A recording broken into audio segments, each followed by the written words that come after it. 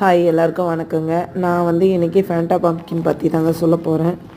இது ஒரு பூசணிக்காய் வகைங்க. பூசணிக்காய் வந்து நம்ம நார்மலாக வெள்ளை பூசணிக்காய் பார்த்துருப்போம். அப்புறம் வந்து பரங்கிக்காய் அந்த பூசணி பார்த்துருப்போம்.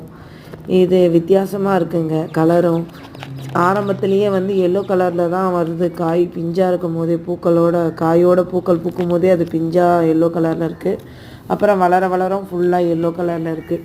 இது தாங்க இந்த காயை நான் முறை போட்டிருக்கேன்.